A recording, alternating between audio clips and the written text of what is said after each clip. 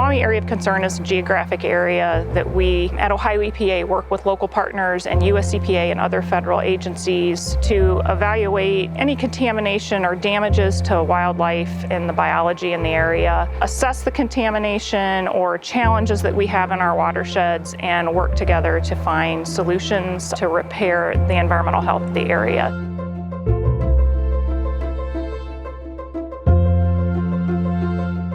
Our area of concern is one of the largest. It's 787 square miles. It's the third largest AOC. This family of rivers, polluted with acids and caustics, chemicals and oil residues, gradually turns an inky black. The river has become an overflow sewer burdened with the accumulated debris of a dozen cities.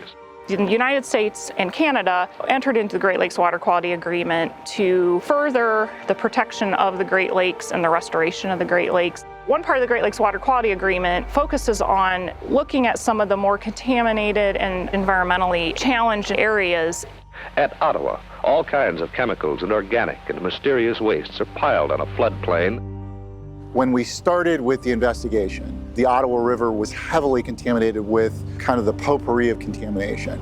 And the contamination was high enough such that we had contact advisories. We did not allow people to come in contact with or to swim, to recreate, to do anything in the river itself, let alone use fish from the Ottawa to eat. The accumulated debris is bulldozed down to the water's edge, from which saturated materials run from the river directly. So when you're looking at the number of landfills that basically abut the Ottawa River, each of them were contributing contamination.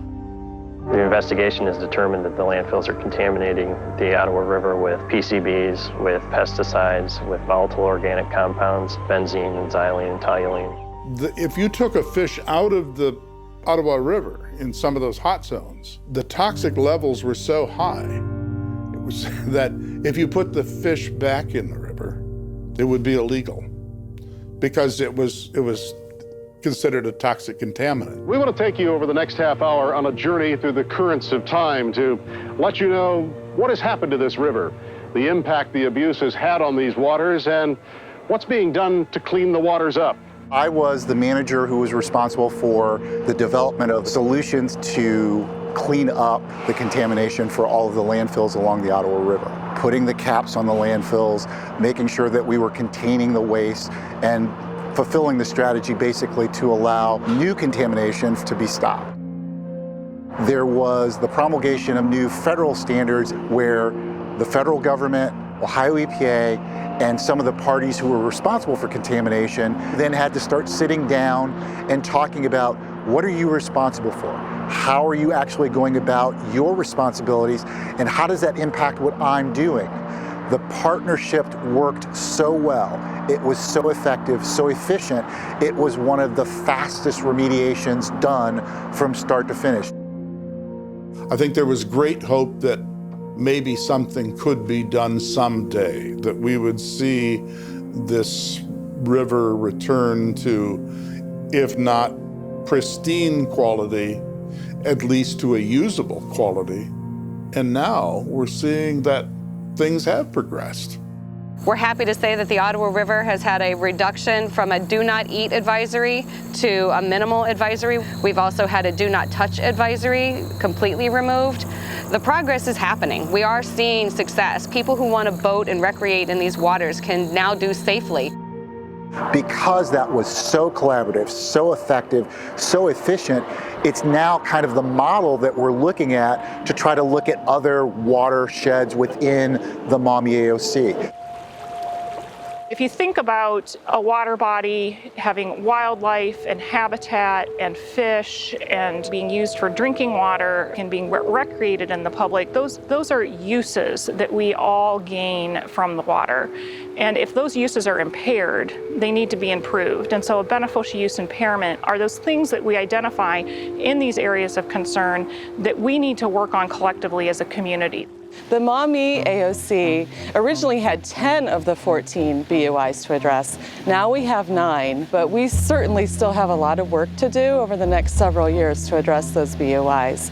BUI restoration targets are really important. Without having those specific goals, there's no way to determine whether or not we're making progress towards meeting our objectives to getting rid of these beneficial use impairments. For loss of wildlife habitat as a BUI, we needed to protect and restore something like 3,500 acres of habitat. We're out at the Penn 7 site, one of the restoration projects for the Maumee AOC. When the river was being dredged 50 years ago, this is where they would put some of those dredged materials. So if we can make this a productive wildlife habitat and some potential collateral benefits for fisheries as well as nutrient treatment, I think all around that's going to benefit the city of Toledo and improve the habitat and the condition of the Maumee River. Cedar Point in particular is the largest contiguous wetland on this side of Lake Erie. One of our restoration projects here is the fish passage structure. It helps us open a connection between this wetland and Lake Erie, allowing native species such as the northern pike to enter and use this habitat for rearing and spawning. It provides water quality and habitat benefits for both us and Lake Erie. This fish passage and water control structure is made possible through our partnerships with Ducks Unlimited, the Nature Conservancy, NOAA, the U.S. Fish and Wildlife Service, and GLRI. It's also the partnerships and trust that has been developed among the stakeholders that has really led to a lot of momentum and projects that are being implemented now. So Metro Parks' role within the AOC, while our mission is always oriented towards conservation and protection of natural areas, the other really important thing that we do is make opportunities for people to come and enjoy them. Here along Swan Creek is one of those areas. We're working with USCPA to identify the sediment contamination and possible cleanup that needs to happen, but we also want to build those partnerships with our local community leaders and businesses and citizens to work together to clean up contamination in the streams, but also look for ways to restore and bring people down to the river again. The Oak Openings region is just this really, really unique ecosystem. There are 5 different habitats within the system that are globally rare. Part of how Maumee AOC can help the region is by helping reconnect it, to restore the habitat, protect it, educate people about the importance of the habitat. We've really tried to expand the experiences people can have outdoors. We really want them to be able to connect to the natural areas. Howard Marsh was a former coastal marsh with Cedar Creek flowing through it, and it was ditched and drained for agricultural purposes. So one of the main objectives of this project, other than restoring habitat, was to provide an opportunity for the public. This project has just been super successful in doing that. In the first 6 or 8 months, the property was open to the public. They had more than 60,000 visitors. We worked with Ducks Unlimited and came to find out that this was one of their biggest true restoration projects in a 22-state region. There's really this very rich and long-standing tradition of waterfowl and waterfowl hunting here in the Maumee area concern. It's really important to try to connect our kids, our youth, to the outdoors, and that's part of what this event is about. It's getting people to connect to the land in the AOC, and we're hoping that that's going to lead to better stewardship of the land.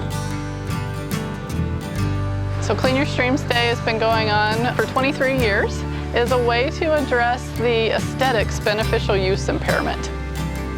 The rivers and streams in the area of concern in the Maumee looked pretty yucky decades ago. So there's oil, there was grease, there was just a lot of floating debris washing down the rivers.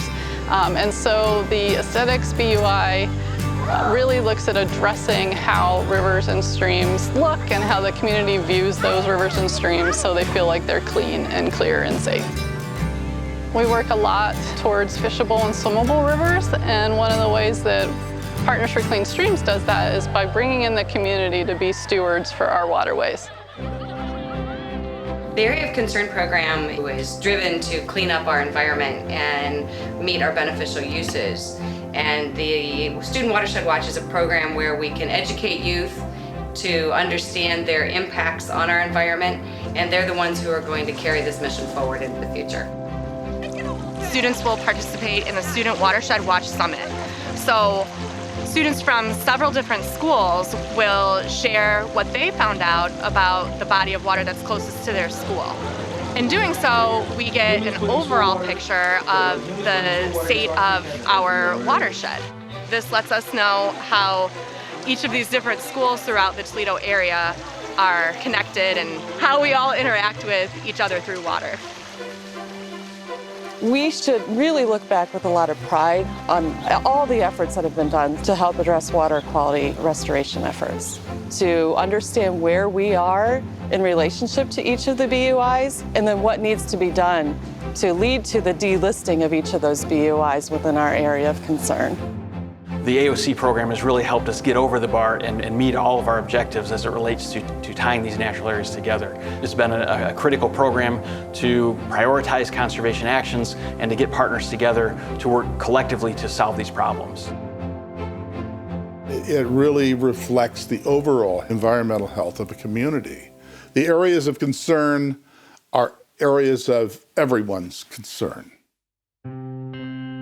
This is my dad. And this is my daughter, and he brought me up doing this hunting, fishing. It gives you a value for Mother Nature, and I think that's a great thing for the youth. I didn't realize how important parks were and how important these public natural spaces were, because growing up, I just had it. We lived on a farm. I just realized, boy, without parks, what would people do? Besides the scenic beauty that it provides, the amount of birds and other wildlife that I get to see on a daily basis is exciting, it's fun, and it's very rewarding knowing that I'm working to promote habitat for these species. I can connect people to the natural resources in this area, and once they've had an experience, they can care more about it and understand the importance of it. We have local partners, businesses, citizens, nonprofit organizations that are very concerned about their waterways and interested in being involved. And they work together with their local governments, with the state governments and the federal governments to bring all the resources to the table for the benefit of the community and for the restoration of our waters.